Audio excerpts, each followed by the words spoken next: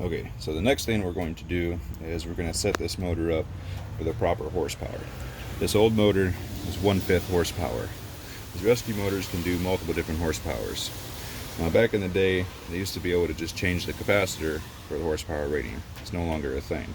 So there are actual wires that have to do with your horsepower ratings.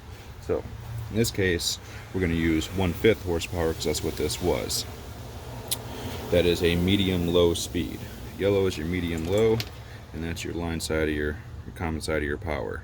So these two equal 1/5 horsepower, whereas these two would equal 1/3 horsepower or half horsepower, depending on what the motor can do. So these go from half horsepower all the way down to 1/6 horsepower. So that's what they claim on there, but it actually is 1/5 horsepower. So this can use a 5 or a 7.5 capacitor.